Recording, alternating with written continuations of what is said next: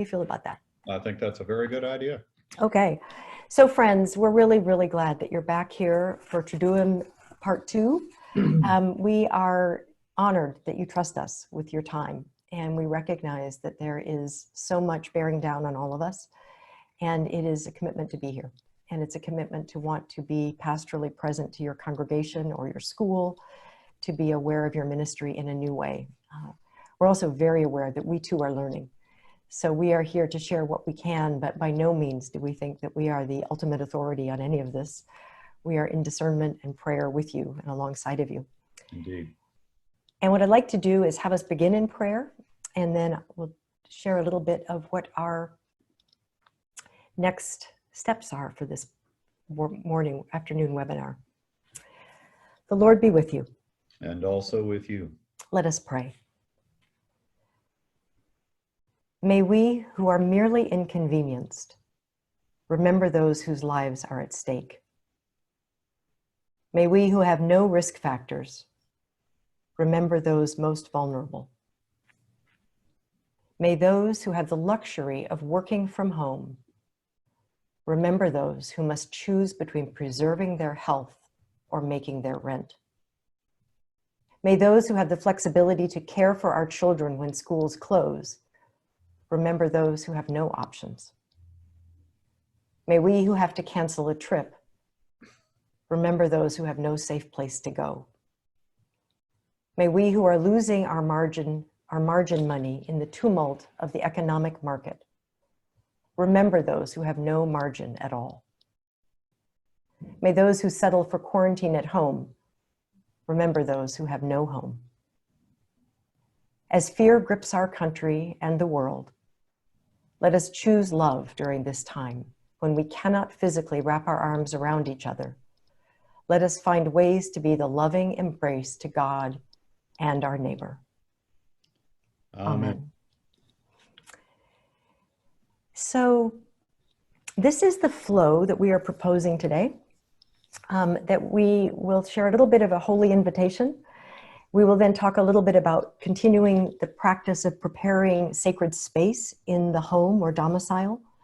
We'll talk about suggestions for Palm Sunday very briefly. That was a question that came up in the first webinar. We'll do a brief word about the evenings of Holy Week. We've been talking particularly about the 3 days, but we want to be sure that there is continuity between Palm Sunday and Easter Day, and we'll talk a little about that. Then we'll focus particularly on Triduum comprehensive resources that we believe are particularly valuable in the home and in ways that people can connect across the 3 days. And then we'll look specifically at some of the resources we commend for Maundy Thursday, Good Friday, the Great Vigil of Easter, and say a brief word or two about Easter Sunday itself and the Great 50 Days. And then there's a final bullet, which is music and loose ends, and you'll see my commentary there. No, music is not a loose end. There are a lot of questions that we received or comments and wisdom from musicians. So we want to say a little bit about that, and then some other miscellaneous pieces that we want to share with you that seem to address the whole of the picture that we are addressing right now. So we're very glad you're here, and we do welcome those comments in the chat box, and we also welcome your questions in the Q&A. Holy invitation. It is no surprise to any of you who are on this call that people are extraordinarily overwhelmed. I think each of us is feeling that in our own way also. It's important for us to remember, especially in planning worship for other people, that we mustn't overfunction, that we must not try to be God ourselves, that God is God, and God is with us in this difficult, dark, complicated time. So I also want us to not underestimate the people of God. Those of us who are the privilege to be clergy and lay leaders in congregations or schools or other ministry networks, we need to remember to let the people of God be themselves faithful and trust that they too are resilient and they too will be creative and imaginative and will find ways to find God even when we are not advising them. So the best we can do, and I commend it to us, is for us to be who we are.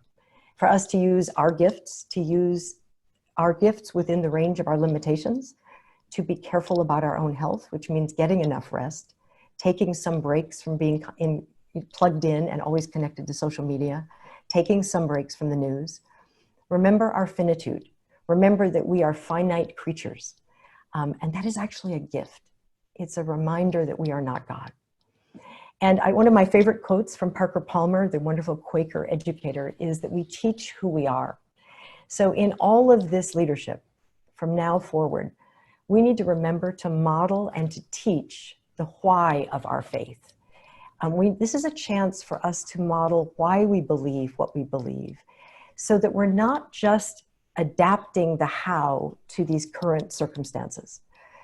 We need to think more deeply about what is essential about our faith, what is essential about the way the people of God gather together in prayer, and address that in ways that are lasting for people, given the resources that they have access to now. I think, and this is where the formation person in me gets really excited, I think this is an opportunity to establish new practices, to establish new habits. It is so much a time for our beliefs and our theology, for our baptized identities to actually lead us through the wilderness, to lead us to the cross, and then to lead us to the empty tomb. We're not doing it alone. Even when we are separate physically, when we are apart because of social distancing and because of lockdowns, we are not alone. God is with us. And I've heard stories after story, and many of you may have done this too, of small churches doing simple things with worship online, or with phone, just having teleconferences, old-fashioned, phone call, conference calls, and having more people log on or dial in than they had in their pews in the last few weeks. People are hungry, people are looking for ways to be connected, and we can remember that it is with God that we in fact have the resources that we need to serve them. So each of us is a beloved child of God. That's not news to any of us, and we will make mistakes. We will look stupid. Some things won't work, and we will reach our limits. And you know what? It's really all right. The question is, how do we respond to that? Do we remember that we are loved? Do we remember that we are forgiven? Do we remember that with God we are embraced and we will be empowered to continue the journey? So as fellow Christians in leadership, as Christian formation leaders, I want to continue to invite us to braid worship and formation, to realize that the way we are trying out new practices of worship are the ways we are trying out new practices of discipleship. People are curious now and paying attention in a way that they never have before. People are looking at texts more closely because they're staring at them on a screen or reading them in an email from someone they trust. This is an opportunity for us. It's a difficult time, but it's a joyous time in the sense that we have a God who is all things for all people in love. I don't know if you want to add to that, Jim. I want to say amen. Need to say it. Okay. I want to say amen. We are all well reminded. We are so accustomed to talking about our mission and ministry as if it is ours, but the mission is God's. That's right. And it is an act of faith to recognize that God will continue doing God's work among us. We bear witness to it, but we're not responsible for it. We'll do the best we can in this time. And there will be mistakes. I've been on a couple of Zoom gatherings already, very simple, gathering a congregation and doing morning prayer on a Sunday. And there are parts about it that are clunky, and there are parts about it that are wonderful, but everyone loves it, and you have the sense that the Spirit is moving, even among those kind of simple initiatives. So amen to everything Lisa has said. And Tricia just wants to say something.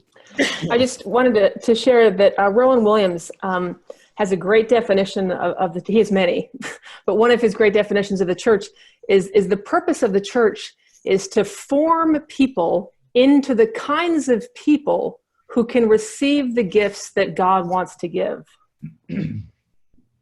To form people into the kinds of people who can receive the gifts that God wants to give. And I think right now, when all of us are under so much stress, to remember you're not like delivering the grace all on your own, but we're trying to form people in Holy Week and support them enough and lift them enough and inspire them enough and love them enough so that they can receive what God wants to give to them in Holy Week, not what you are going to give to them in Holy Week, because none of us can handle that burden. So That's what I've been keeping in mind in ministry and under this stress is that we're forming people into a kind of vessel that can be flooded by God. And if you don't form them well, God will flood them anyway. But their understanding and awareness of it, as Rowan Williams would say, can be heightened with better formation. They can feel what's happening through them. So that's what we're here to do, is not to figure out how we can do Holy Week well, but how we can form people to have an encounter with God in Holy Week that perhaps they've never had before. I'm into that. Thanks, Tricia. Okay, so we're going to make the shift into this preparing sacred space. And to do that, I want to share my screen and show you the exciting front of a Google Drive, because this is what you will be receiving a link to. If you can see this here, there are a variety of resources. And as James is speaking particularly, and I'll be chipping in a few places, we're going to share a few of these, open them for you to see what the documents look like. But this will be the place that you will be able to find everything that we're talking about and things that we add to it as our time allows going forward. So, preparing sacred space. So a moment ago, Lisa said that this is an opportunity possibly to develop new habits and practices. Of course, we want to think about how to prepare a sacred space in the home that will help, as we said last time, that will help people in the home have a sense of continuity among the 3 days. One of the ways you can do that is having continuity of space. My hope would be that for those who are already not aware of the usefulness of having a space set aside in the home for domestic spirituality, domestic church, domestic prayer, that they might actually fall in love with that as a part of the process of preparing to do the Triduum. So that would be one of the places where, you know, a new habit could be formed. Mm-hmm. Now, there are going to be folks who are only able to do this sacred space as a kind of pop-up. Mm-hmm. It may just be that their living situation is such they don't have a room to dedicate space to that. But for those who do, it would be lovely if they do.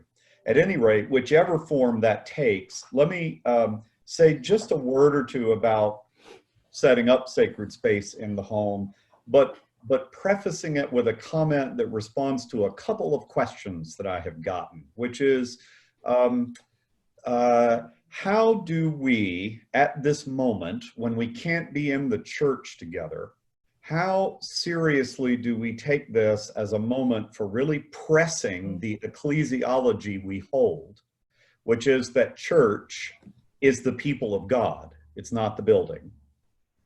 While recognizing at the same time that people are feeling a little lost because they can't be in the space that they love. The only thing I can say to those three questions that we've gotten that have come in that regard is that you're dealing there with a tension that we deal with all the time, and maybe we're just not as aware of it all the time as we might be. On the one hand, it is our view that the church is the people, Christ as the high priest and the church as a priestly people. And that's what we really mean by the ecclesia, by the gathered people of God. That said, we are human. And this humanity that God blessed by the incarnation includes a kind of an instinctive need for special space that itself serves rather sacramentally for people, even if quasi-sacramentally, if you prefer. Mm-hmm. So there is a way that people are going to be missing the space they're away from. And it doesn't necessarily mean they don't get that they themselves are church, to also respect the fact that they are missing the sacred shelter under mm-hmm. which the assembly normally gathers, right? So I think there's a lot to be said for finding ways, even if you're not streaming worship from the space for whatever reason, you might decide for any number of reasons you don't want to do it that way. I think there's still some value in thinking of ways that you can make key sacred centers within your church building available visually to people as a point of meditation and as a connection to home, a connection to the shelter in which the assembly gathers. So you certainly are not betraying in any way this moment as an opportunity for us to re-embrace the fact that the church is the people and not the building, by also finding some ways for them to visually connect with the space that they have normally been in. And that, it seems to me, can be a pastoral and consoling sort of thing to try and do. So, of course, obviously, if you're doing some streaming as a part of your worship, or you're gathering people to worship together on Zoom, whether you're using a webinar format, or if you have a small parish, maybe you're gathering everybody together in the group format, doing it in the church is a lovely thing if you can. And I would suggest placing your equipment in such a way that people are able to see at least one of the sacred centers around which the space is organized. So let them see the ambo, or let them see the font, or let them see the altar. That's a good thing. And we can still also be learning here in this moment that church is people of God. We don't have to have a building, but our buildings sacramentalize for us who we are and who God is for us. And we can hold those two things together, I think, in this time. Lisa, do you have? No, I think that was lovely. And I would add that I think I've seen some congregations use images from their windows as backgrounds or watermarks on documents that they're circulating, or certainly on Facebook posts and so forth. Mm-hmm. So whatever those particular sacred spaces are in your physical facility, your congregation, your church, I think they carry a stability, and they carry a sense of hope for people, a sense that we will get through this. So I think it's really wise to include that if possible. I just want to show you quickly that in this Google Doc that you will be receiving, there is something called Home Practices for Families. I may change the title because I keep adding more expansive resources in here, but you'll see that there are a number of resources on creating a sacred space. There are articles from our posting on building faith and a number of other places that we've been collecting. So we'll be sure that you not only have the words you just heard, but you'll also have some resources online.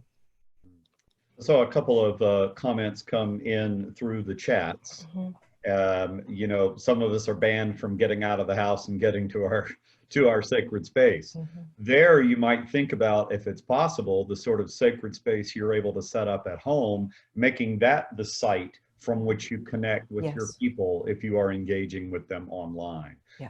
No, it's not the space that they're accustomed to that they gather in, but anything that you can do to sort of normalize the sacrality of connecting with one another in this way, even though it is not the gathered physical material assembly. I direct your attention at a later point, when you have time, to those links that Lisa just showed you with regard to how to set up a sacred space. I'm not going to say too much here, other than just a couple of reminders. One is, again, it'd be preferable if it could be stable for all 3 days. If not, that's okay too. Find a cloth of some sort. Jesus is not going to be upset with us if we can't keep the liturgical colors this year. Find what you can in the house, and perhaps drape a small table. You can repurpose a small cabinet or a side end table for this purpose. Drape it with a cloth, place a cross there, perhaps lay the Bible there. And in terms of other symbols you place on that space, try to think elementally so that you stay in sync with the way sacramental symbols work in our tradition anyway. So place a bowl of water there, place vines, or later on Easter, flowers there. Place, of course, candles there so that you can light candles to mark the beginning of the moment when you're doing liturgy there. What we want to do is do as much as we can to set the space off liminally so that there is a way to mark that we're now stepping out of our ordinary lives for a moment and stepping into this sacred space to do something liturgical. But water, vines, flowers, oil, etc. Children might have something that they want to add to the home altar. Helping children do some art, some icons, if you will, with which they might adorn the home altar is another way for them to engage with that. Best to find a place in the house if you can that you're not in and out of all the time. But the thing I would say above all is whatever you do with it to set that space aside, simple and elegant is what you're after. Clutter is the enemy of sacred space. So create something that is simple and elegant where the symbols you choose to place there, whether they are Bibles, a single large candle or a couple of candles, other kinds of objects you choose to place there, let them speak. No matter how lovely all the individual physical objects are, if you end up with 35 of them on the altar, none of them will speak. None of them will help to set the boundaries of the space. So keep it simple and elegant. And then in the practices that you decide to do or that you're coaching your folks to try to do, have them try to do those in that sacred space. It provides something of an anchor through this time of uncertainty. Lisa, you have other thoughts about sacred space?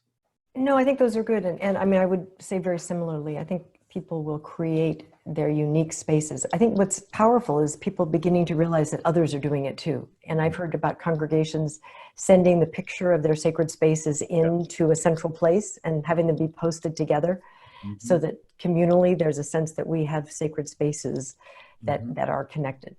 Could go on your parish Facebook page. Absolutely. Or your website. Yeah. Right. Right. Anything people can do to feel like they're contributing to something larger than themselves, I think is really helpful too. A quick couple of answers. Someone asked, are there some of the resources that we're offering, are they available in Spanish? We have not been able to do justice to Spanish resources per se. Everything here is in English, and I apologize for that. What I can say is that Lorenzo Lebrija, who works with us through the Tri-Tank Initiative, has been doing an extraordinary job translating critical resources for use in households that speak Spanish, and also creating short videos about how to use various technologies. And so I will be sure to connect you. If you go to tritank.org, you can find his resources there, but we'll also connect them through the Google Drive.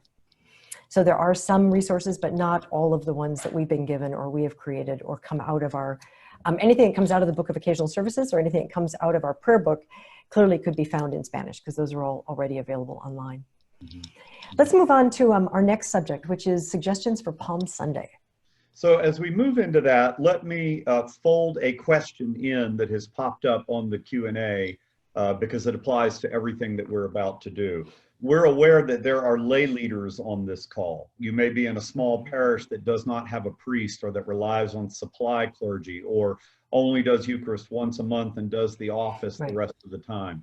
Do be, and you said, do we have suggestions for you? Do be aware that everything we're about to give you is, with a very few exceptions, material that can be led by a layperson. There's a couple of cases where you'll see a priestly blessing or something that can be done, but you'll see that where it's obvious. And otherwise, everything that we're doing here can be led by lay folk. I'm fierce about that, by the way. So in planning this, we've been very careful. Yeah. Lisa would have been after me if I, made this all about priests. So let me reiterate here something we said on the first webinar on Friday, just in case there are some people here that probably are some people here that weren't there since the numbers are even higher today. Let me just say, there are things that priests do that are sacerdotal, that are priestly actions that in our polity and our understanding of church, only priests do. There are also a lot of other things that priests do, not because they're uniquely priestly, but because the role of the priest is to preside and draw the assembly together around book and font and table. So we're encouraging you all as you think about what to do for these days, and when you're giving resources to lay people to use in their homes, for example, that you don't feel nervous about separating those two. We haven't given you anything that for the home resources that lay people can't do at home. Would they be things you would normally do if you were a priest and the whole community was gathered? Yes, they would, but there's nothing prohibiting under these circumstances you doing those things at home. So for those of you who are lay leaders on the call, pretty much everything we've got here, with a few obvious exceptions, are all things that can be led by lay leaders, either over the web if you're doing something communally online, or provided to your folks to do domestic church in their own households. Okay, it seems important just to flag that one particular question. Really good. We begin. We didn't, as we said last Friday, spend a huge amount of time thinking about Palm Sunday because we were looking at the most complicated liturgies of the year and the central liturgies of the year, and sort of sensing everyone's panic and concern about how to observe those. But here's a couple of thoughts. First of all, and Lisa, if you want to pull up the priest's Palm Sunday during lockdown, this is something that was sent in by the Reverend Robert Picken, who's a rector of a parish in Rochester, where it's got a couple of things to commend it that I want you to see. One is, and everybody will make their decision about whether using pre-recorded material or not is something that you feel like you can support liturgically. But sometimes it may be what you really need to do in this particular case, even though on the whole, the principles of liturgy are such that you want it to be live and alive. This is an example of something he's put together with pre-recorded materials, and it gives you a simple order you might follow to provide for folks. One of the things that I love about it in particular, if you're going to go with the sort of something recorded as a part of this, is having the organist record all glory, laud, and honor with a slideshow of photos from previous Palm Sundays where people can see familiar faces in space. Now, some of you are in a place where the organist can't get to the organ, and so it may not be possible to do the music, but you'll adapt this to your own local context, and this would be a simple kind of anti-communion form of doing the Palm Sunday gathering. Just a word about this business of anti-communion. It goes beyond our sort of portfolio with the Triduum. Tim, could you just define anti-communion for people who may not know that phrase? Let's put it this way. Lots of conversation has been floating around. I'm sure you've seen it. Some of you have been a part of it, about whether in this moment what we need to be doing if we're doing online worship is morning prayer or the liturgy of the word, basically anti-communion without the Eucharistic portion. The liturgy of the word that you would normally do in the Eucharist, or do you do morning prayer? I think you've got to make that decision in your own local context based on your objectives and what your congregation is used to. One could say, in favor of using morning prayer, that this is an office that is a liturgy of the word that is built with its own integrity around that purpose. You might also say, here's an opportunity for people to learn the office who've not done it before. So it might actually become an accidental teaching moment for people to have access to the office. And you certainly can place a sermon in the office, and the directions for that are in the additional directions in the prayer book after all of the offices together as to where you can put the sermon. There are other people who will want to argue what my folks need right now is familiarity. They need the feel of something they know. And there, you might try something like this kind of anti-communion format you have here, or just straight the liturgy of the word, ending with the peace online. And if you've got a congregation where you say, they have never done the office before in their lives, and I'm not sure this moment is the time to try to teach it online, then do with them what they're familiar with and simply leave the liturgy of the word online up to the moment of the peace. That's not directly and only related to the Triduum, but it is a larger consideration that that crosses our concerns here. And so that's what I would say about some of what I am seeing there.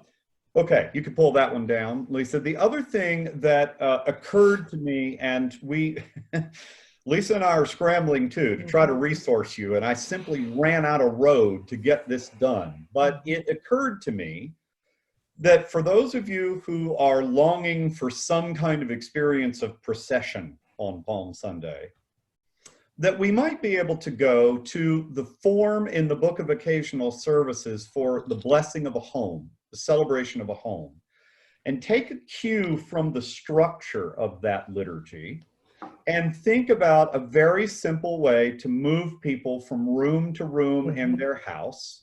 Whereas they enter each room, they might say in a responsory form, Hosanna, blessed is the one who comes in the name of the Lord, Hosanna. And then offer a simple prayer of gratitude for the life that is lived in that room of the house. It could be extemporaneous, or you could craft something. Some of you don't have time to craft anything at this point. Others of you are very busy crafting things. So you could write some prayers for that. I'm going to try to sketch out something even after this webinar is over and get it uploaded to our Google page to give you a bit of an idea on how I might do that if I were doing that with my own family at home. But that maybe is one other suggestion for a way of observing Palm Sunday that allows people to process a little bit, right? And as I was saying when we were talking offline, this could be adapted for people living alone in small spaces. That doesn't have to be rooms. It could be space. It could be in a studio apartment, and there's a place where you prepare food, and a place where you rest, and a place where you read. So I think we can be sensitive to that. I know that that's a concern for many of you from congregations of different demographic makeups. But I think that idea of people moving through their living space, assuming they have space at all, of course. I do know one person who works with people who are unhoused, and they have created some rituals in their homeless camp that are very sacred. And so some things do translate, some things do not. But I would also say too, having done more than one house blessing in a studio apartment, where you stand with the people who've gathered and you literally are turning sort of 5 degrees at a time, blessing different spaces in an 8 by 15 space. The key is to just pick the verbs of life that happen in that zone and connect them with what God is doing, can do, dreams to do through that. And that's where you see people's lives and their faces just reflect that it's really vocation that you're naming there as opposed to location. Good. To that end, for those of you that are in smaller spaces, if you look in the Book of Occasional Services 2018, and in case you don't know, that's only online now. This is for a lot of different reasons, among them the fact that we're in a bit of a liminal moment in terms of where we're going with our liturgies and so forth. But the Book of Occasional Services and available in Spanish, which is online and has Spanish and some French language resources, if I remember correctly, has in it a shorter celebration for a home that is not the longer one that we've had available to us for many years, but actually presumes a setting where the service would need to be shorter and where there might be some folks who would remain in the center of the home, even if you were moving around rooms. So you may find that glancing at that might give you a thought or two on how you might create a very simple ritual for people to do on Palm Sunday following that format. Again, it'll probably take me 48 hours to do it, but I will within the next 48 hours, try to work up a little short form on this for you to give you what I have in mind, such that if you don't have any time to plan anything on your own, you could rip this thing off and provide it to your folks and just use it as you'll find is the case with some of the other resources that we're about to walk. Have you all noticed that his passion has kicked in? It was, I might have time to do this. I might get to it. And now he just said, I will. So yep, I will. Yeah, all right. it's going to happen. First. Now I got to do it. Just for those of you who might have joined us a little bit late, I'm seeing a few questions in the chat box. When we refer to the Google Drive, this is a link you will be given to the resources we're sharing today and others that we may upload even before you get it. But it will be a link that lets you have access to either Word documents or PDFs. If you do go in there, because it is a view-only format that we're setting it up as, you will have to copy the documents in Word and in order to manipulate them for your own setting. But that's very doable, and you can use them in any way you want. They're all offered to you for public use. So welcome again. We're going to move from this to a word about evenings in Holy Week, because we want to be sure that there's continuity of practice to the extent that that's possible under the current conditions. Yeah. So Lisa's going to pull something up in a moment in the way of a delightful sort of stations resource that people can use that actually do not rely on the need to move around a great space, around the whole nave of the church from cross to cross and so forth. But let me make sure we put a plug in similar to what we said on Friday. That is, you're busy, you're overwhelmed, you're trying to figure out how to resource this thing. You've got everything coming at you 150 miles an hour. Keep giving yourself permission to stop, breathe, and ask yourself, what do I know? What do I already know how to do? What do I already know how to coach people how to do that doesn't require me to come up with a whole new set of things I've got to generate between now and Holy Week? So, simplest way in the world to keep the Holy Week evenings for people who are at home is simply to follow the lectionary for Holy Week and do Lectio Divina online, or give them a form for the way that you do that at home if they're not familiar with it. Or maybe you've got the time and space to provide some very short reflections on the scriptures for those days that you might get out to your people, assuming you can reach them, either by snail mail or email or whatever way that you're communicating. It can be simple. Simple is where you start.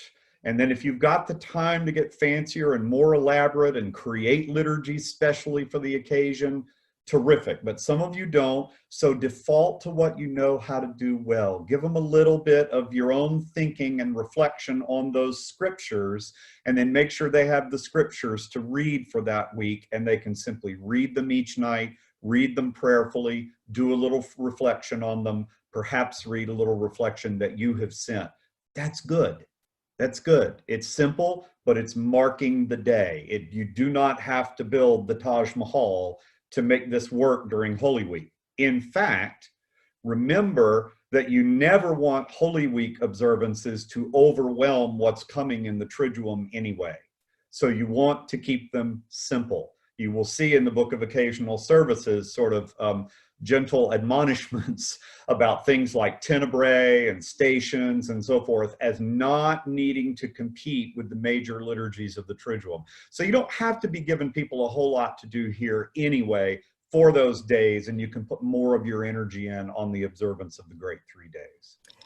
And Lisa, you want to pull up those? I will do that, definitely. The simple other comment I would make is formation moment. There are a lot of people in our traditional congregations who don't know that the lectionary is in the back of the prayer book, especially congregations that have used printed bulletins for a long time and are not using the prayer book and holding books. So this moment of giving people a chance to know that the daily office lectionary and the Eucharistic lectionaries are there in the back of that book, and that's available online, that's really a gift. The other thing is Forward Day by Day is available online. So that's another place you can send people if they have access to digital resources for the daily lectionary. They'll get some meditation, some reflection there too, but there's a lot available. It's free, and people can access it. That's also available in Spanish.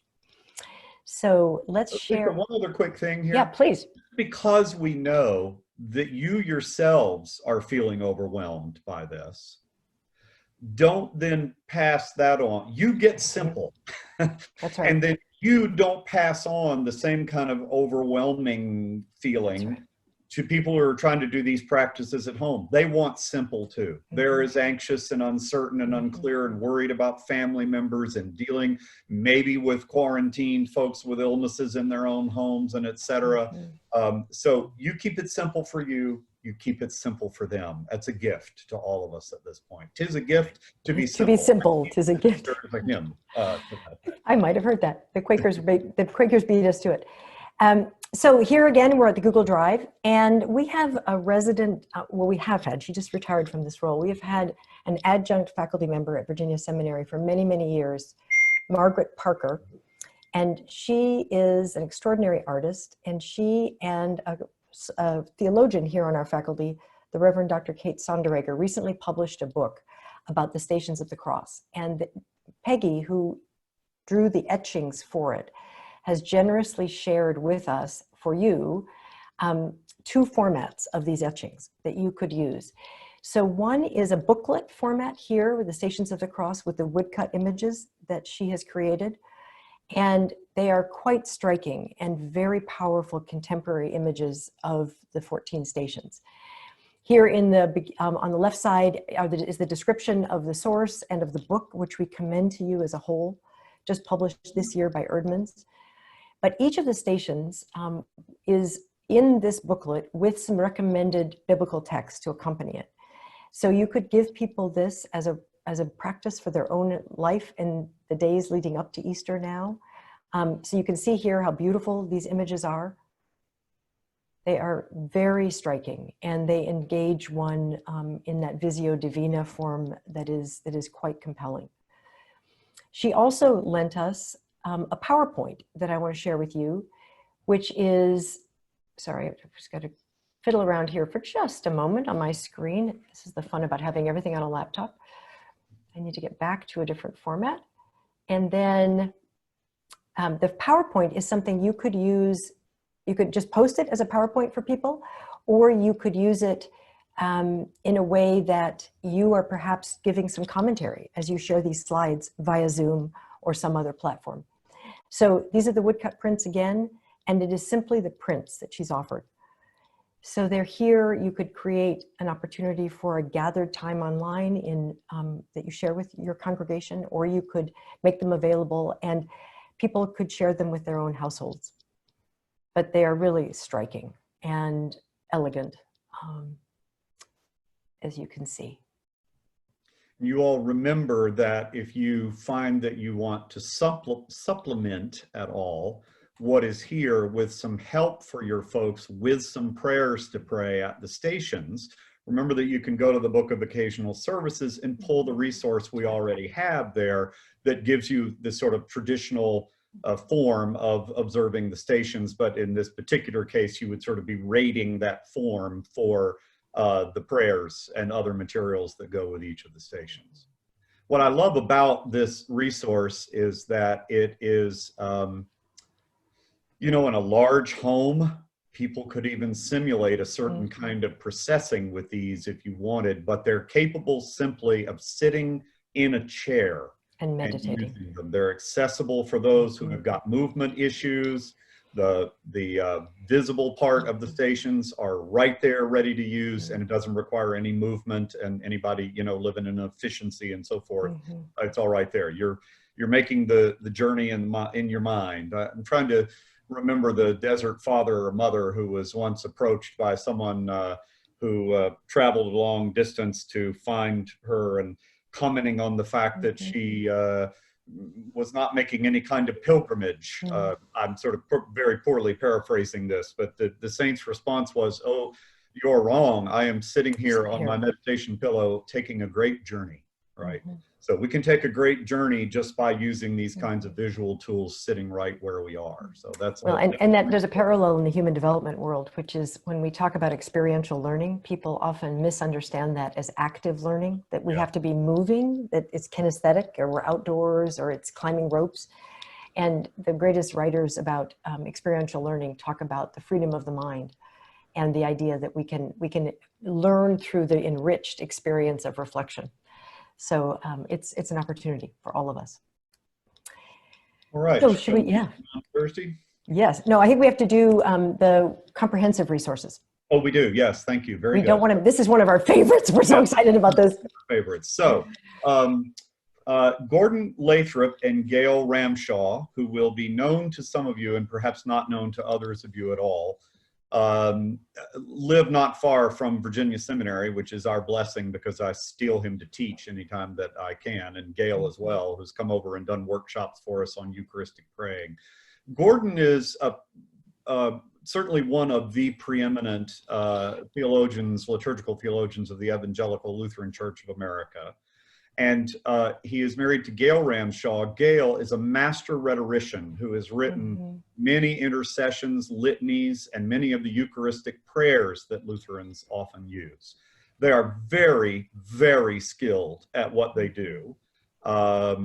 And what they have done that we have provided for you in a Word format so that you can edit and work with it as you need to. It's in Word and PDF, just to be technical here, but yeah. Okay. But the Word is up there so that you can mess with it because you have their permission to adapt it and work with it for your own context. You'll see that it has Resurrection Evangelical Lutheran Church on it, because that's the church they attend in the DC area. But with the Word document, you could, of course, remove the few little specific references that you will see to their pastor's sermon or the front page that has their parish material on it. And what this is a full observance of the Triduum at home for people to do. It's not assuming anything online, although there's a couple of places where you could go online and get something available if you wanted to. And this is all 3 of the days, all together, and you can use this in whatever you see fit. They've laid all the scriptures in, so they're already there for folks. There are very simple rubrics throughout that explain for people who may not be all that comfortable to, with presiding at liturgy, to know exactly what to do next. And they are a really rich resource. I'm thinking, this is so typical of them, the screen that I'm showing right now. Having read these readings, think of this. Their language is so personal, yes, and inviting. They have written reflections at various places in these rites to help those who are using them reflect on what they're doing or seeing. So you'll see those little blurbs throughout. There is a place, I want to comment on this for a moment. Stop scrolling for maybe just a second. There's a couple of things you'll see in this resource. One is that there is a place they have put in the possibility for the washing of the hands, using the water in the bowl that they recommend at the head of the material that you set out in front of you for the Maundy Thursday rite. I point this out because the question has been coming up quite a bit, whether at this moment we might actually want to incorporate hand washing rather than foot washing into the Triduum observance. So this is a bit of a replay of something that, around 20 years ago had a little bit of a flurry in the church with regard to whether foot washing was a symbol that made any sense to us anymore, and maybe we ought to wash hands or wash other kinds of things. There is a lot to commend the continuation of foot washing, and I do not have the time to make the full argument for that here. Foot washing should remain the norm. But in this particular case, this could be a moment where hand washing might make some sense. Here's the trick. Symbols are multivalent. They have their power, they do their work precisely because they signify many things at once.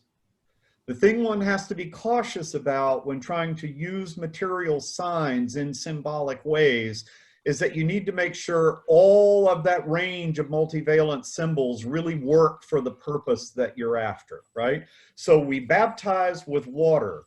Water can be drowned in. Water refreshes us. Water brings new life to the earth. There's a range of things we associate with water, and they all play off of one another, and they do really well in helping people understand what's happening in baptism. Hand washing is a tricky one in this moment. Now, in some material that we're going to look at when we're finished with this, I will show you a prayer that I think is a pretty lovely one that you could use with a hand washing, and that you might actually even insert right here at this spot in the Maundy Thursday liturgy, where Gordon and Gail have suggested that you may wash your hands at this point. But what we want to be thinking about is whether we can wash hands with an understanding that isn't overwhelmed by the kind of antiseptic withdrawal from others and the need to rid ourselves of germs, right? That's why we're all washing our hands right now. We have to wash our hands if we're going to do that in a way that foregrounds hand washing as an act of service and care for the other. You will all make your own decision about whether you can do hand washing in a way that isn't overwhelmed by that more antiseptic, antisocial kind of association that it has right now. But when we get to that hand washing prayer later, I'll show you one that I think actually does work pretty well, and you might want to think about doing that.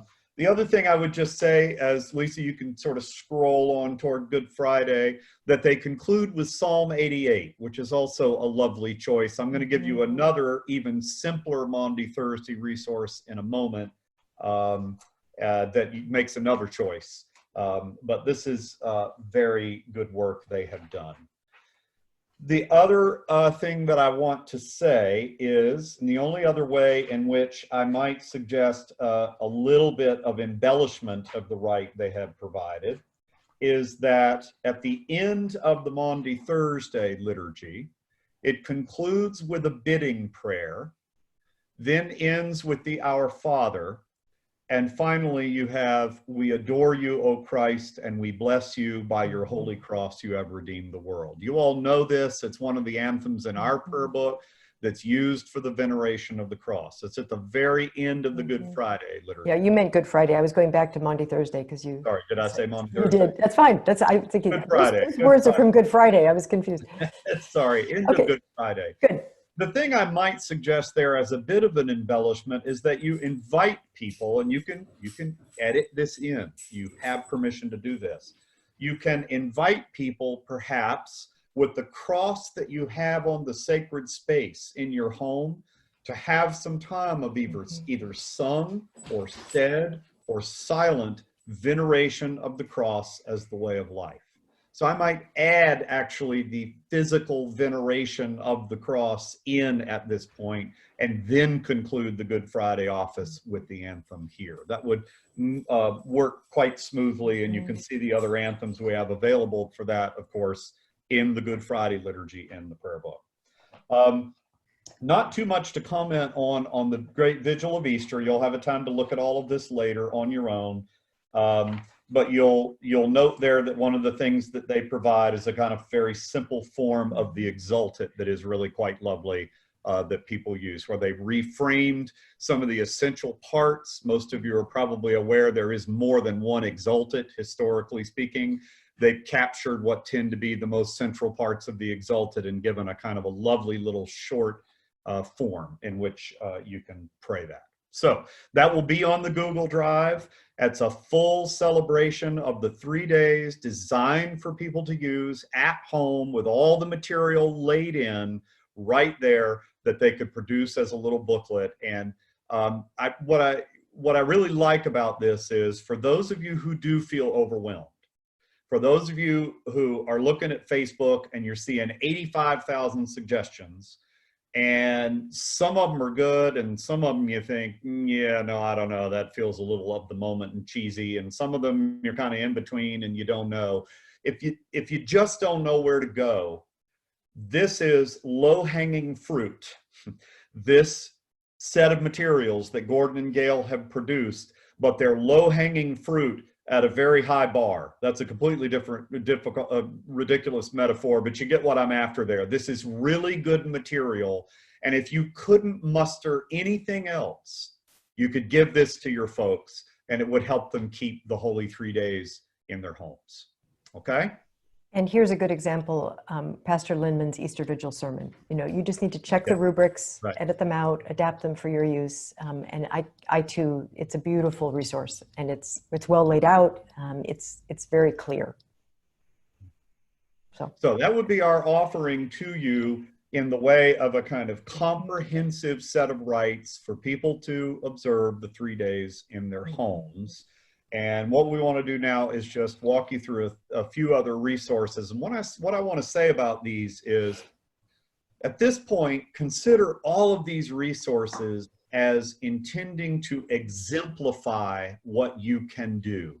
These are not official rites. In one case, it's something that I've put together, adapting other material we already have. In some cases, it's material I've picked up from others that I think is a reasonable example of what you might do. You can work from these, let them inspire you, and create something that makes sense for your own context. But some of these, Gordon's and Gail's in particular, would be the premier example of that. Doesn't require you to create a thing, and it just provides you something you can use. So what we're hoping is that whether you have little bandwidth or a lot of bandwidth for creating liturgies for this observance, you'll find something here that will help you. Feel free to tinker with them, steal parts from them, do what you need to do to make it work for your local context. That's good. I see some people asking about the links that people are putting in the chat box. Yes, we'll capture those and to the best of our ability, include them in the Google Drive. So be confident about that. All right, to Maundy Thursday. If you would pull up, Lisa, the agape meal for Maundy Thursday. Absolutely. I put together. Okay, so if you need something really simple, I've been getting the sense, not only from communications from you all, but also from communications in my email inbox or by Facebook message or so forth, that of the 3 days, there's a fair amount of uncertainty about what to do for Maundy Thursday in particular. Good Friday lends itself a little more easily to this moment because Good Friday doesn't require communion anyway. You know, if we do, it's only communion from the reserved sacrament from the previous night. So the prayer book office itself can be followed pretty easily by folks, just as is. Maundy Thursday is a little bit more of a trick, right? We've got the foot washing normally. We've got the stripping of the altar that so many people do. Even though it's adiaphora, it may be dear to your congregation and they may be missing that. So what I've done here is pull together kind of the simplest form of a Maundy Thursday observance that I could think of for people that didn't need a lot of moving parts and a lot of complexity. I went to the Book of Occasional Services and pulled the agape meal right from the Book of Occasional Services and modified it a bit. And I think, unless I missed anything, there might be one or two things you might want to pull out in the way of directions, but it's almost ready to print or mail as is, and people can use it. So it begins with blessings that are said over the food, and Lisa, you can just scroll slowly down over those and then pause right there. You'll see that what I have done is slightly adapt the blessings over wine and bread to reflect the fact that this agape is not being done in the context where we have just done the Eucharist. Normally the agape meal, if you do it in your parish, you do the Eucharist, then you adjourn to the meal, and then you return to the church for the stripping of the altar if the latter is part of your practice. So I needed to modify them just a little to reflect the fact that we're not doing Eucharist together. So that line, you know, may the time come quickly when we can share that cup again, even as you are with us now, et cetera, and our very thirst for you. That's just a little modification of the BOS material to make it work for a non-Eucharistic Maundy Thursday. Same with the bread there, where I added, let us be fed again soon with that bread of life. The blessing over the other foods I left as it was. It was fine as it was. So you would gather for the meal, say the blessings over the food, and then dine together. Now, Lisa, if you'll scroll down, I've put a rubric there suggesting that one of the ways we might catch the servanthood theme of Maundy Thursday is to take an opportunity, if we are eating, if this is more than one person doing this, if several are gathered, that they might serve one another the food, right? Even if you're not doing foot washing, you're doing something that's capturing that teaching of that night, that to follow Jesus is to be a servant as our master is, right? So that's something that you might do with the meal. Then afterwards, toward the end of the meal or at the very end of the meal, you can read the 17th chapter of the Gospel of John. That's right out of the Book of Occasional Services. You could sing a hymn. You can do that by yourself if you live alone. If you can lead some music with the family, you can do that there. That'd be a great place for people who know things like Taizé or simple praise songs to just sing something there. And then conclude with Psalm 63, 1 through 8. Now, many of you know that often for our Maundy Thursday liturgies at the stripping of the altar, we do Psalm 22. But Psalm 63 is a suggestion of the Book of Occasional Services, and I actually like it for this moment of our quarantine. I do too. It's really appropriate for you. My flesh faints for you, as in a barren and dry land where there is no water, etc. It seems very much in its focus on eating and drinking imagery, both to speak to our longing for the Eucharist, but also to help us connect with that longing as a holy moment, waiting for that time when we can break bread and share wine in common together again with each other. And then finally, a very simple closing prayer. I wrote that. You can change it, mess with it, delete it, find your own, use the one from the, do whatever you want with that. But I was looking to provide something that's just very simple, focused on the servanthood of Jesus, that would allow us to close the office out. So there you go. That's a very simple offering for what people could do in their home for Maundy Thursday. If you wanted to adapt it, if they wanted to wash feet, they could do that, but they wouldn't have to. All right. We will also post, though I'm not going to go through it here, a much longer and more elaborate Maundy Thursday agape liturgy that has been developed by the Reverend Dr. David Gortner, a colleague of Lisa's and mine, who is now a rector in Coeur d'Alene out in the state of Washington. And he has put together some resources for his diocese and provides a more elaborate kind of form for you to use on Maundy Thursday that assumes some interaction with some streaming going on or some online pieces going on. It will be way too much for some of you, and some of you will look at it, and if you're involved in a team across the diocese trying to find ways to do something together, it may provide you a resource or a way of thinking about what you would do together, combining online work as well as in-home practice. Right. That's what it looks like when you see it.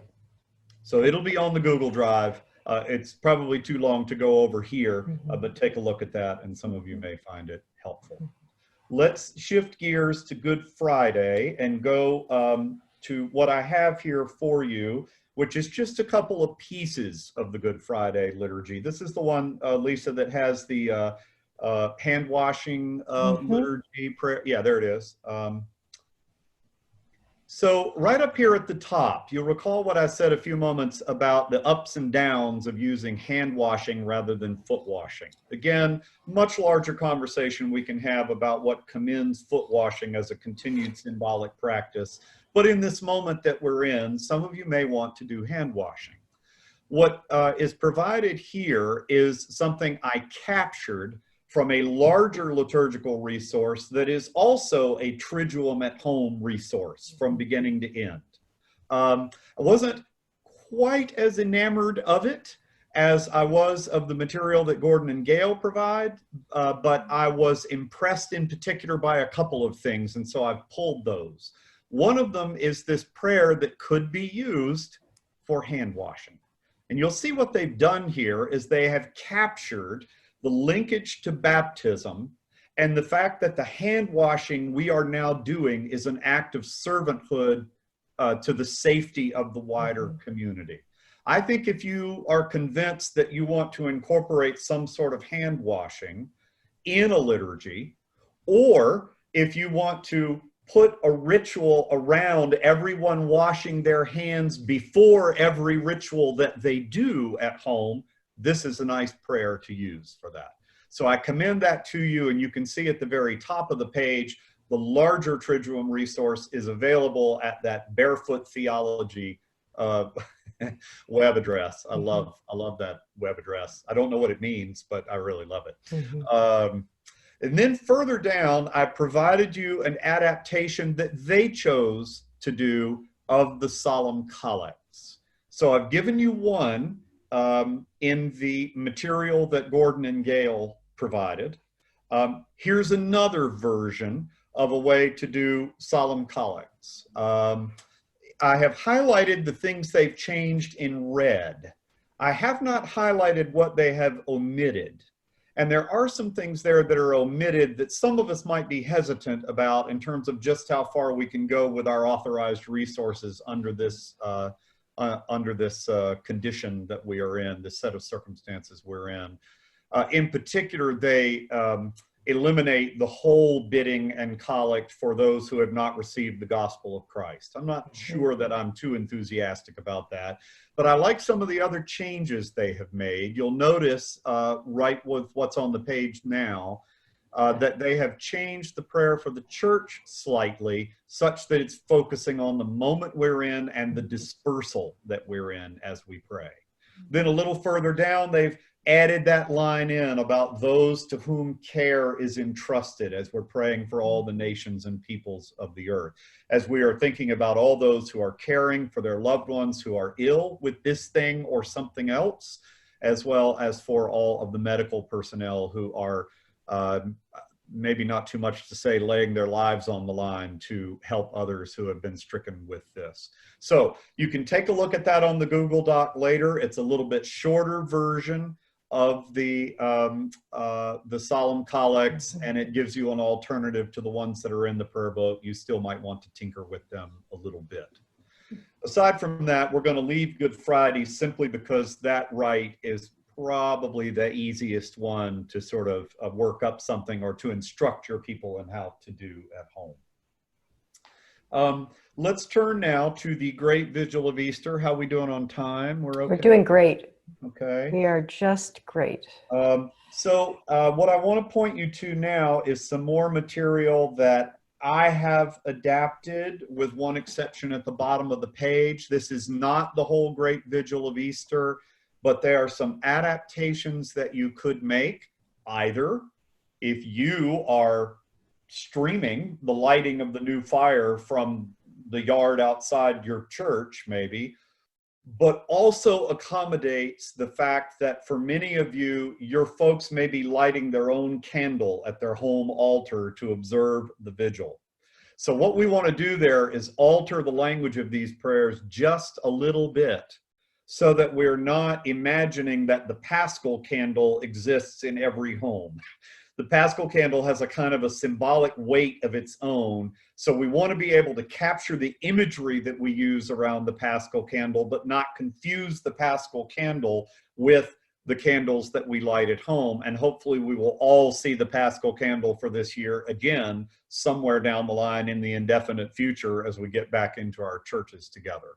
So I have adapted it for that purpose. Beloved in Christ, I've changed that from friends in Christ. Just feels a little bit more sensible to the context in which people may be using it. On this most holy night in which our Lord Jesus passed over from death to life, the church invites her members dispersed throughout the world. How appropriate is that? That comes right out of the prayer itself in the prayer book.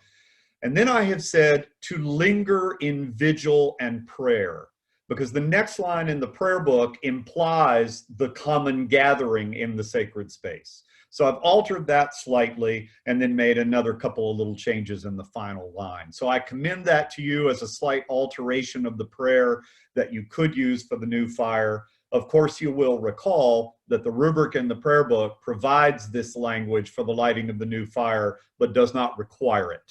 It's one of those places where we get the presider can say this or similar words. So you can play with this and do something that works for you.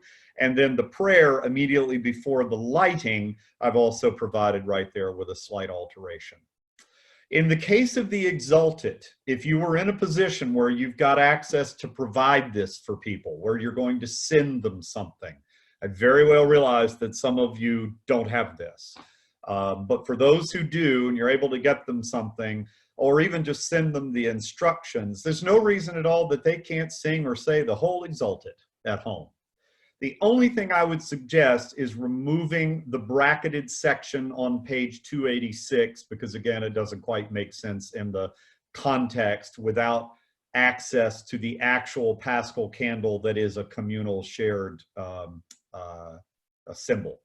And then I've given you a suggested alteration of the closing final stanza. So use those as you see fit, modify them as you like. Those are just some ways to shift those prayers a little bit to make them feel a little more appropriate to the place. Again, Lathrop and Ramshaw, the 3 days at home, that's going to be on the Google Drive, and you can see their abbreviated Exultet there if you wanted to use that. We also, just to interrupt, we also have another lovely one from the church in Scotland. Oh, yes, and right. We're going to post that. Right. Will you post that, Lisa, or post Yes, it? I'll post it. I'll post it. We just received it today, and I haven't had a chance to upload it yet. I would suggest for the liturgy of the word that you encourage people to get creative. I encourage people to do this even when they're doing the visual readings in the church gathered. Encourage them to read the Genesis narrative in several voices of people who are in the household. Children who are reading age can do this as well. Find a couple of dramatic voices to pick the part of God and Ezekiel. I think I said there are parts of yeah, that's right, of the prophet and God in the Ezekiel passage. People can get creative with that. Then proclaim the resurrection with the Alleluia, pray one of the Easter collects, read the epistle and gospel for the day. Perhaps you have provided them with a homiletic meditation or a sermon that they can read on their own in the home, and then have a time of intercession for all those in need. And finally, you could conclude the office simply with Alleluia, Christ is risen, the Lord is risen indeed. And then celebrate, encourage people to celebrate. I did add to this material the Easter closing that the two priests who provided the material I pointed you to earlier, the Good Friday Solemn Collects that we were looking at, they provide this little altered closing that I thought was interesting in the context when we're in a non-Eucharistic environment. So there's another resource for you for the Great Vigil of Easter. You're obviously not doing the first Eucharist of Easter. I hope it's obvious that you would remind people to renew their baptismal vows using the form that's in the prayer book for that. I think you know how to do all of that. Okay, I think that's a sampling of the sort of resources. Again, you do not have to use them lock, stock, and barrel. And I saw that chat, and I agree with you. Yes, but we are already one. So that's the downside to the little formula that I added at the end of the vigil material. So you may not want to imply that we aren't one because we're not celebrating the Eucharist together. So if so, just take that off and don't use that closing. But again, these resources, adapt them, use them as suits you. Just look at them to inspire you and then do your own thing. Or if you're really overwhelmed, default to the complete resources that Gordon and Gail have provided, and you're good. You're good. And just coach people and coax them, invite them, and cheer them on for doing these rites when they are in their home. This will come up again when we talk a little more about the great 50 days of Easter, but one of the great opportunities for formation in this is whatever you use and whatever you practice will be unfamiliar to people because the medium that we're using is different. The way we're holding the materials is different. The way we're not gathering physically together is different. So some time to reflect together in writing, if it's on a Facebook page, if it's on the phone, if it's in a live Zoom conversation, a chance to reflect on what was the experience like, what did happen, what did we notice, how was it different, what worked more powerfully, what was awkward. Being aware of our bodies and the way that we're praying and the way that we're orienting ourselves to these great holy days is going to be a huge opportunity for formation and for people to recognize that they were empowered to pray aloud or to read scripture themselves or to practice Lectio Divina or to be the officiant in a liturgy at home. This is something new for a lot of people. And I think it's going to be incredibly exciting to see people of all ages and different backgrounds and different experiences of being in the Christian family, sort of having a chance to think seriously about what they noticed and where God showed up for them, what was truly transformative and what was just plain weird. And I think we need to make space for that after we've lived these liturgies in whatever form we're practicing them together. And I look forward to that as a formation person. Let me lift up a couple of things right quick on the queue. Let's see, not on the Q&A, on the chat. One moment, please, while we connect you to that department. Somebody had an idea that if they've kept their baptismal candles, that those might be great to light at home for the vigil. I like that idea. I like that a lot. Several of you are also passing around, and this is one of those things that's a really common practice in some places, and other places have never heard of it before. And that is using ancient homilies to be read at the rites. There are folks, some of you do it, and some of you will never have heard of it before, will read, for example, the Easter sermon of St. John Chrysostom. That's a classic. Or Epiphanios, or something from Theodore of Mopsuestia's Mystagogical Catecheses or something, as the sermon on Easter. You can lay hold of those pretty easily with a good online search. Many of the older documents, while they're not the best translations, they're out of copyright now and they're publicly available and you can find them on the web. But if you go search for ancient homilies of Easter or ancient Paschal homilies, you will find some things there, and it might be fun to think about providing some of those for your folks to look at during the Triduum. So again, some of you already do that. Even when you gather for the Easter Vigil in your own parish, you read the Chrysostom sermon. And again, before you panic, think about your standard church and congregation and the standard adult forum and the people who kind of show up all the time. There's a percentage of people who just want to be there with their cup of coffee, their donut, and want to listen to whoever's talking for whatever reason and really are not processing it very deeply. And then there's the 5 or 10 or 15 or 20, depending on your congregation, who are going to go right up to the speaker and ask for 3 more references. You know, what can they read? How can they learn more? So some of these resources will be appealing to some of your people, and discern that, you know, make them available for a deeper dive for those who want to do more practice during this time. And that's going to be good too. Good. Gretchen Pritchard, I'm seeing your comment here about your book, Risen with Christ. That has a translation of the Easter sermon of St. John Chrysostom. And she says, feel free to ask for it. So yeah, that is great. And Gretchen, thank you for offering that. It's a wonderful book, by the way. I can commend people to it. Yeah. I think Lisa and I are of a mind on the business of Easter Sunday. I know that many of you are feeling some pressure around that. It's always a tug and a pull, right? I mean, when you've done the Great Vigil of Easter, you kind of feel like you've done Easter, but then we all come back on Easter Sunday and we have the 8 o'clock and the 10 o'clock or the massive combined 11 or whatever.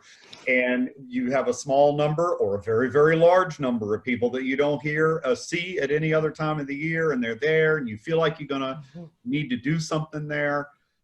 The challenge with that is that the Easter Eucharist is simply an Easter Eucharist. The way that we normally dress it up, it's simply a Eucharist rather. With a lot of extra visitors. Yeah, and with extra visitors. And you know, it's music and it's flowers and it's decoration, and that's what distinguishes it from a Eucharist of any other Sunday, in most cases. I think we're of a mind to strongly suggest that this is where you encourage people to take advantage of the good work that some of our cathedrals are doing. The first and most obvious example being the webcasting that the National Cathedral, that the Washington Cathedral is doing. I think I would encourage people not to try to reinvent the wheel, but to dial in to some folks who have figured out how to webcast some beautiful music and observance. Take advantage of that and don't try to figure out what you're going to do on Easter that's going to be any different than what you did to do the Great Vigil under these circumstances. Lisa, you want to add to that? Well, I'm the one who kind of pushed this idea, and I think it really is a chance for us to be the Church Universal, you know, and to recognize that we are celebrating this feast together. I also know many of our dioceses in the Episcopal tradition the bishops have asked congregations to participate in certain coordinated efforts. So it may be your own cathedral, it may be that there's something that your diocese is particularly focused on. But I do think Easter Sunday is a day when people are going to be going somewhere. And what I would say is maybe focus more on the practices in the home. Encourage people to get dressed up. Encourage people to wear their hat. Encourage people to have a special meal prepared that they're going to eat after the service that they're participating in. And again, if they don't have access to the internet, that's a real challenge, and I recognize that. I know one small congregation that is setting up a phone tree so that everyone will receive a phone call and someone will say to every member of that congregation, "Alleluia, Christ is risen." And the person will respond, "The Lord is risen indeed." And then they will call the next person. So there may be simple touches that could be part of your Sunday. But I think this idea that it's a festive day and that we want people to be as festive in their places of private, isolated experience right now as possible would be really, really powerful. And in some ways, watching a big church do that is maybe a way to, you know, having I know that the National Cathedral is going to figure out a way to use a brass band. I'm just sure of it. I don't know what that looks like. I'm just making that up. But they've been doing some serious music in creative ways. So it would be lovely for people to have that resource if they do have access to the internet. Yeah, I think so. Watch parties. That's a great idea. I see that, Sven. Yeah, you could have a watch party using Facebook Live. There's a number of ways you could do that. But I think this idea of Easter being something even bigger than our local congregation might be a really nice next step. And part of my argument for that is, as you all know, one of the things I really, really deplore is when we call the first Sunday of Easter Low Sunday. And, you know, the kind of permanent staff disappear. We have all these people who visit on Easter Day, and if we're fortunate, and some of them return in a traditional year, then, you know, we sort of have the B team, although that's not fair because I've heard some fabulous seminarian sermons on the first Sunday of Easter. But this idea that we need to actually be at our best in the Easter season is really important to me. So as we begin to put all this energy into Holy Week and into the Triduum, what are we going to do the Sunday after and the Sunday after for 50 days of Easter? How are we going to celebrate that? And we didn't prepare any particular resources for you, but this is where it's far enough out, you might want to invite your congregation to start to be creative and to say to members of your community, help us think about how will we celebrate the Easter season? What are some resources that we want to gather to live into our baptismal identities? We've just reaffirmed our baptism if we celebrated the Easter Vigil.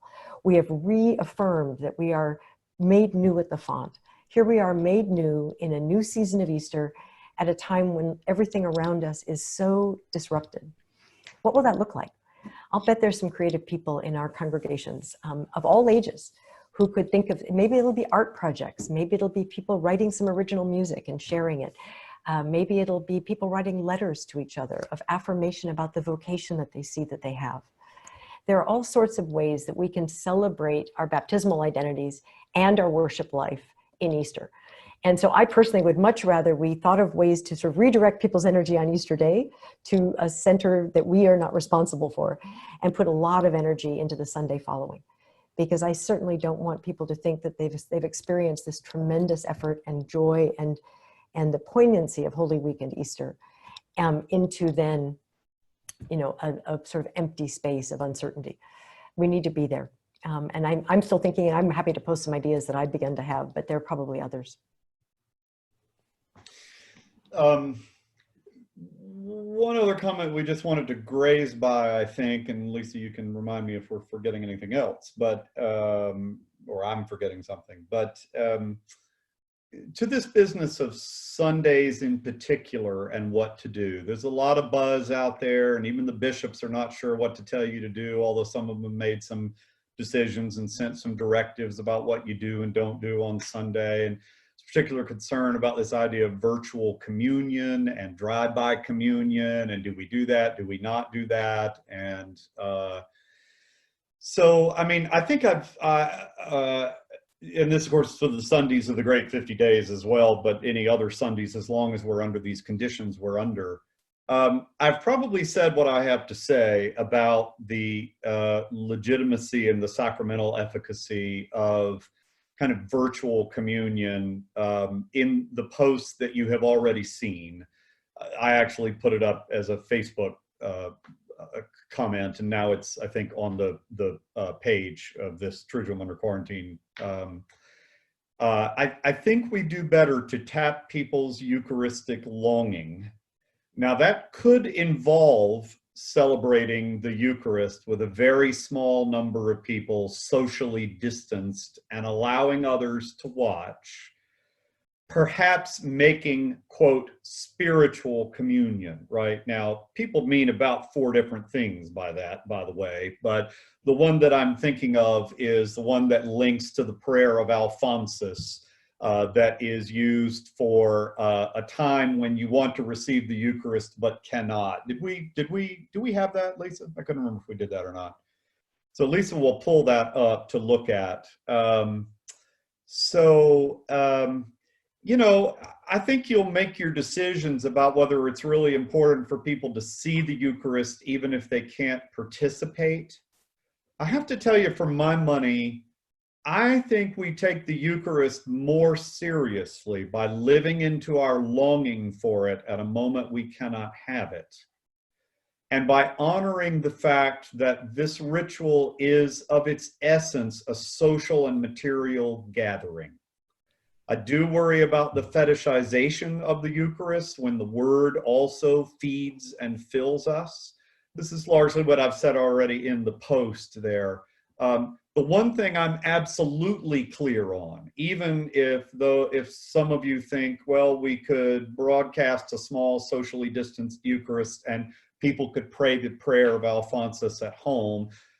Okay, for my money, I could live with that, although it's not really my own preference as to how we would do this. But the virtual communion thing, our sacramental theology doesn't really support that. It treats the gathering of the assembly too much as something we happen to do when we do the Eucharist rather than as essential to the Eucharistic practice itself. And the other thing it does is it rather trades implicitly on some sort of a notion of a power that the priest possesses to consecrate. That's right. Something close to a part of a medieval theology of orders that we don't generally support in our sacramental theology, that you are then somehow sending through the digital lines or cable or, you know, your magic juju. Yeah, we just, that's not really how we understand the act of consecration happening in the Eucharistic gathering. So I really hope folks will not resort to this kind of virtual communion thing as if they're consecrating bread and wine that people have at home. Drive-by communion, well, again, there's not much there in the way of the gathering of the social body, and I fear that our already over-determined consumerist environment in the late modern era will make this yet another moment where I go and get my holy thing and consume it myself. I hope that people will stay away from that. I hope we don't end up in those kinds of practices during this period. So well said, Jim. And what I would say is that spiritual communion or the office or the liturgy of the word, I think is fine. I really do. And I would personally land there too, that the marriage of the consumerism with the clericalism of the practice when the body cannot be assembled is a dilemma for me. And I think this idea of longing and yearning, and you said in our first webinar, and it was a good point, it was a really good point that we may have to revisit this assumption if this continues for 6 and 9 months. We don't know yet, but for now, it makes a lot of sense to me that the word is the sacrament that I can experience at home by myself or in community with the persons I live with. And that feels very holy and very right.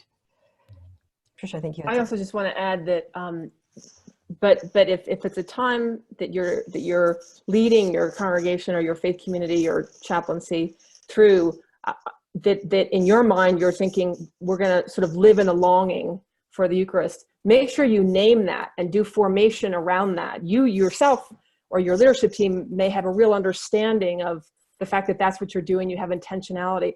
But for the average person that's just looking for a link maybe once a week on the Facebook page or something, they're not really living into the longing, they're just feeling that something isn't happening.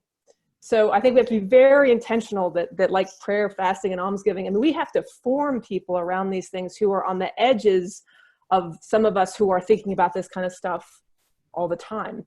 And I also think this is a great opportunity to engage children and godchildren. We haven't really talked about godparenting now, but this is such a wonderful time as leaders. You can be naming godparenting because so many people are embarrassed about what kind of godparent they have or haven't been in the last few years or decades. But let this virus be a jumpstart. Let them say that, give themselves permission to contact a godchild that they haven't in years, in whatever way they can, through writing or through the internet or Facebook, and really charge your people to say, forget the godparent that you have not been. Just let everyone will expect that you might arrive now, and just say, well, here we are in this situation and I want to ask you how you're doing. So first of all, I just think godparenting is something you can have in the back of your mind. I know the purpose of today isn't just to be heaping things on as a kind of Olympics of ministry. But the purpose of godparenting is precisely so that leadership isn't born as a burden by a few number of people, but there are really other people. They already opted at one point at a font, they swore to do this. I mean, that's a great volunteer group to approach. But having said that, also this idea of the longing for the Eucharist, think of the godly play, Catechesis of the Good Shepherd training in engaging the children or grandchildren in your life about what they miss about the Eucharist, what they understand about the Eucharist. So both on the adult side, but also on the child side, understanding longing is a hard thing. I mean, we're all trying to do that in our relationship with God, and we just can't assume that telling people this is a period to do that is something they're going to be able to do on their own. You're going to need to plant reflection questions or ask for photos of things in life that children say remind them of Eucharist.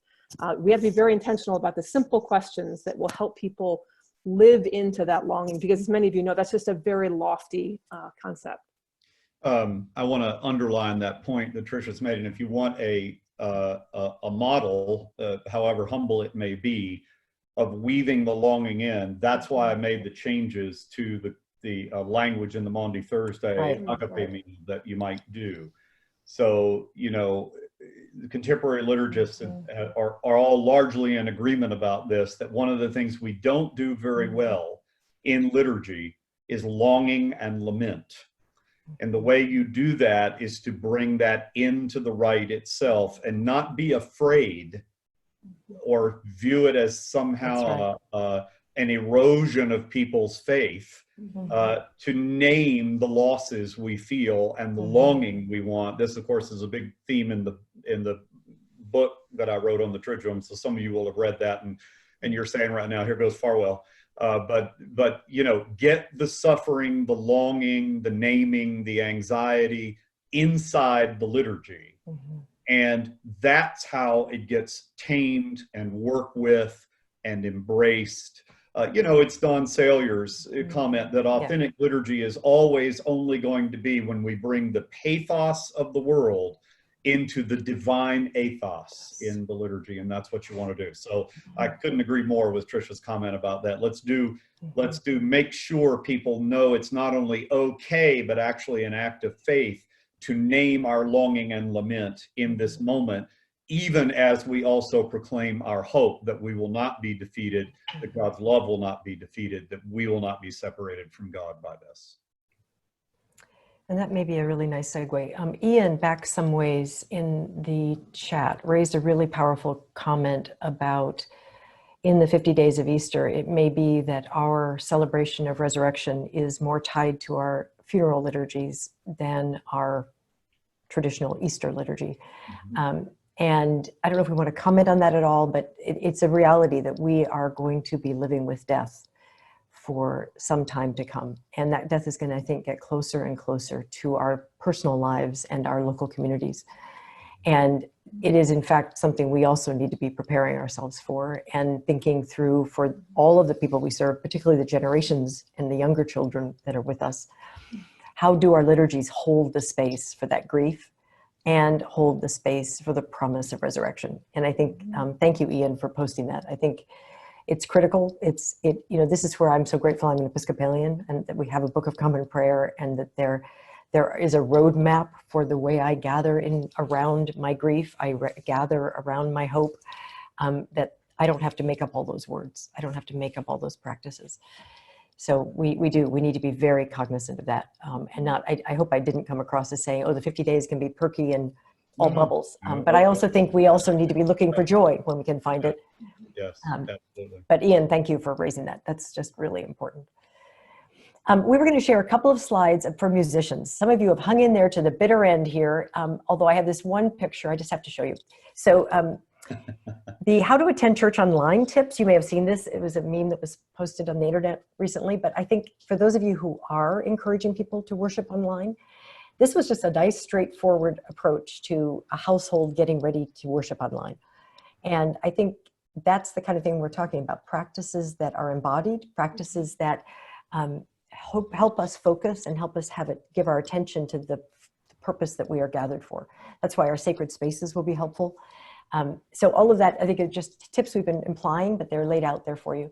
And then on the right is just a screenshot from a colleague in Ohio who did have online worship on Sunday, and one of his congregation, one of the families in his congregation sent this along, which is their children who were very active in the congregation, laid out all of their stuffed animals, made bulletins for them all, actually processed with flashlights through the house to the hymns.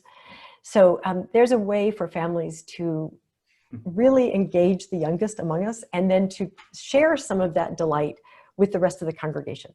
What would it be like for older members of the congregation who live alone, but who normally worship with these families, to receive a picture like that in the mail? If they don't have internet access, if they don't have a smartphone, print it out on your, upstairs printer with sort of so-so color and mail it to one of those people with the children's signature. I think that would be really powerful. And then the next, oh, I'm sorry, I'm not sharing my screen properly here because my pictures of all of us, well, we're just going to go keep track. So for musicians, some of you probably know this by now, but we are fortunate in that we can now have a one license for free, and I'm sure that they're going to extend the deadline. They initially announced they would extend these streaming licenses through April 15th, but they are now offering them free to congregations of any size. This will only cover the music that is licensed by one license, but that's a lot of music. So I would encourage you to consider using this as a resource if you don't already have it, or checking in about the license you do have.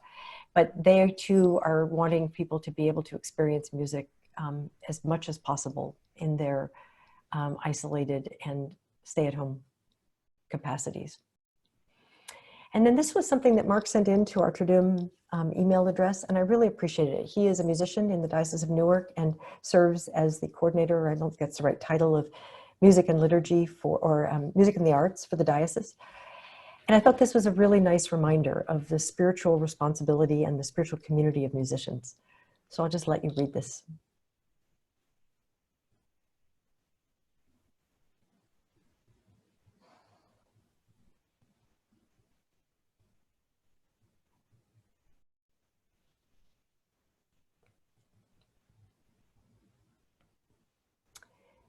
So this idea that we want to remember the people who are dispersed and not able to be with us, and the gifts that they bring.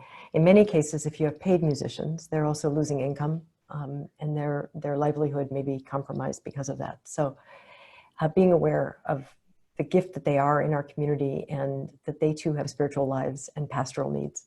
And thank you, Mark, for that reminder. It was really lovely. Some of you have been asking technical questions in our chat box, sort of how-tos about how to use Zoom, how to live stream, how to, what kinds of hardware are most helpful. We have a very active page on our eFormation website, which Sarah Stonecipher Boylan has been curating. And on this page, you will find a number of resources constantly updated, including short videos and open office hours. So if you go to this page and you want to check in, you can sign up for the open office hours and just bring your question to her twice a week. And she often has resource people in the room with her. But then down here below, there are various short videos on how to set up Zoom meetings, how to use these tools. This is Lorenzo, I mentioned earlier, how to live stream worship in 4 Easy Steps. He's translated that into Spanish. This new safe church in online spaces, that's a concern for a lot of people, and we need to be aware of it. So what does that look like? These resources are here, they're for you, they are all free, and it's eFormationVTS.org. And then once you get to that page, you go to the resources for communities online. Then I want to, I think that all we have left in the slides is a closing prayer. So we have a few minutes. And we could talk a little, if we want, about some of the questions that have been raised in the chat box, and we also could end early. It's a long sit for those of you at a screen. It is a long sit. I would just say, I know Lisa's probably been doing the same thing. When Lisa's talking, I'm looking at the chats. Mm-hmm. There are a lot of good things here. We did capture that chat for you and I after the first session. Is that something that our watchers could see? Because I suspect that some of you are writing so fast to capture all of the resources that are being suggested to one another over the chat, which is fabulous. We love that you're doing that. It may be helpful to make that available to everybody. So here's my request, and one of my colleagues had posted this earlier as all that flowed by. If you have a digital resource that you have commended in the chat box, and you could take the time to send it to us at our specialized email address, which is triduum@vts.org. We could easily take that hyperlink and just embed it in the document we produce. The problem with the chat link, is that it won't be hyperlinked.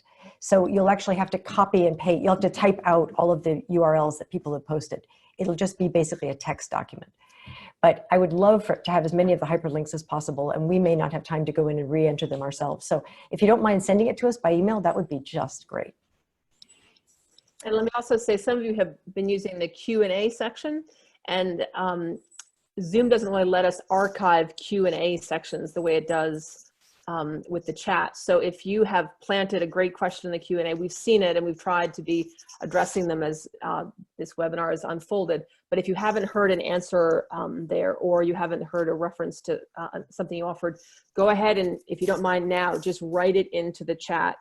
We're going to do our best with screenshots to try to ourselves as moderators look at what happened in the Q&A and make that inform the resources we pile on the next hour into the Google Doc. But if you really want to be sure that it gets seen and addressed, go ahead and rewrite whatever your question was, to the extent that it still exists, or an answer that you'd like to share over there in the chat box. Yeah, I'm looking at some of the Q&As right now, and I am hoping that you all will move some of those others. There are some liturgical questions there that I can answer. There are some theological questions as you're trying to sort through these distinctions that I or others are making between spiritual communion and virtual communion and drive-by communion, and what the difference is between drive-by communion and the administration of the Eucharist to the sick or whatever. Those are big topics. They do have answers. I can answer them, but I can't do all of that right here. So I agree. If you would go back, if you've got something you really want answered, go capture it right quick and flip it over to the chat so that we'll hang on to it, and we will get to these in due course. We recognize this is time pressing and urgent. We are all at this moment also trying to figure out how to get our courses online. Some of us are a little more ahead on that than others, and so we too are pressed in a different kind of way, but we will try to get those answers done as quickly as possible, and with the sense of answering the ones that are most time urgent first. So we'll do our best with that. So I want to say again, thank you. Thank you for the time you spent with us. Thank you for the amazing input that you've given us through the chat box and through emails you've been sending and privately to each of us. Thank you for the leadership you are offering the church and the hope that this represents, at least for me in my heart, about the resilience that we are the people of God, and that together we will walk through this wilderness, this very difficult time, with grace and support and hope. And we have had a really good time preparing these for you, and we're glad to be of service. The seminary is glad to help support, and we do see ourselves as partners with you, and we would love to continue these conversations well beyond this particular preparation for Holy Week. So we're going to pray, and then there's a final slide that will just give you a little bit of the instructions of what's coming next. All right, so for a concluding prayer, which is something you will find in your resources, I'm simply going to pray it, and you can pray along silently or aloud as you see fit. Let us pray. O God, in our global distress, we pray earnestly to you. God, our sanctuary, gather us when separated into your presence. God, our physician, heal those who have contracted the virus. God, our comforter, embrace all who mourn the dead. God, our homeland, mother all who are quarantined. God, our friend, accompany all who are alone or afraid. God, our guardian, protect physicians and nurses.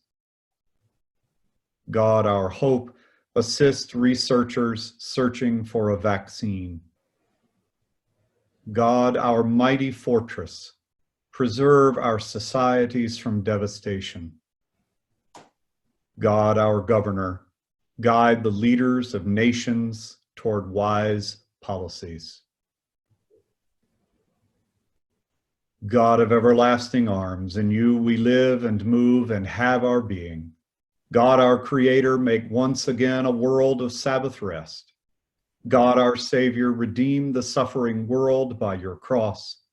God, our light, shine your radiant peace into our darkness. O God, Father, Son, and Holy Spirit, bless us and preserve us.